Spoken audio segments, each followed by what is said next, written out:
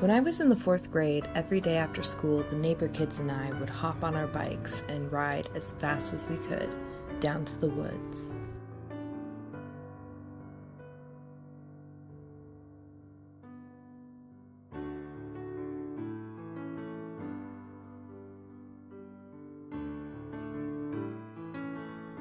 There were 5 of us: Alina, who was my age, her younger brothers Henry and Cookie, and our friend Ben.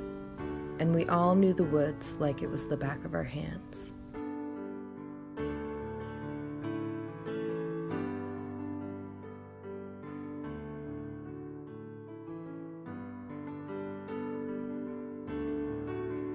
We built a small fort not far into the tree line, long branches stacked on top of each other about a foot tall on all 4 sides, complete with a fire pit that we were smart enough to never light.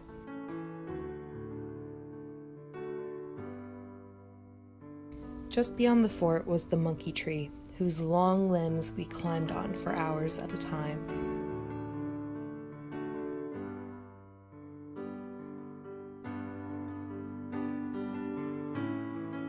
West from camp stood a tall pile of dead leaves and pine needles that we weren't sure how it got there, but we named it Yoda's hut, and visit it for quests we did. Beyond that was a large toppled tree with a complex root system named the Spider, and we spent long days sharpening sticks into spears to protect against its attacks. Even deeper into the woods, near the swamp, was the Trampoline, a thick, bouncy layer of pine needles. But we didn't really go back near the swamp that much because that's where all of the high school kids went to smoke.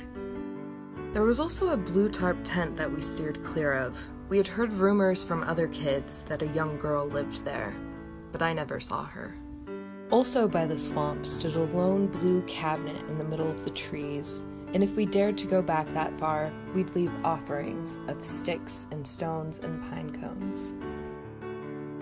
There were coyotes living deep in those woods. We knew because we could hear them when we tried to go to sleep. So because of that, we always made sure to bring our weapons with us.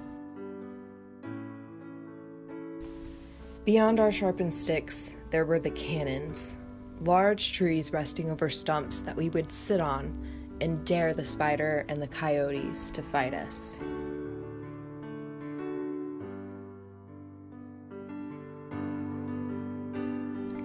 But one day, we met an enemy that our cannons couldn't defeat.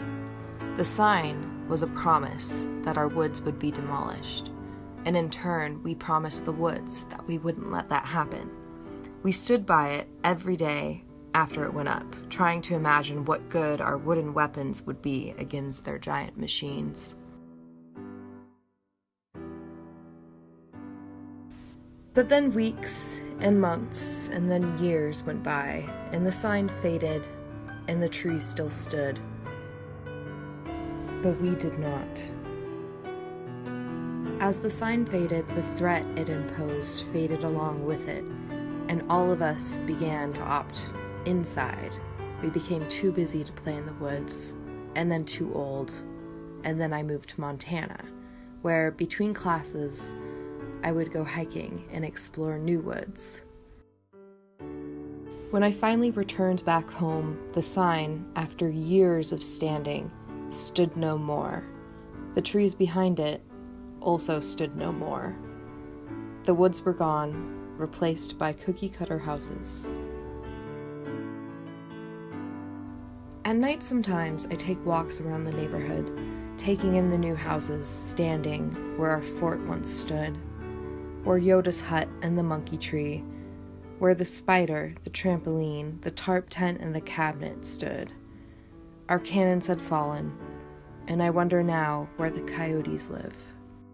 The woods that housed my childhood, the woods that I vowed to protect, were destroyed slowly and silently, and I took no notice until they existed only in my memory. And now, as I walk along the dark sidewalk, I pass by the quiet houses of families whose children, fast asleep, will not be kept up by the howls of coyotes.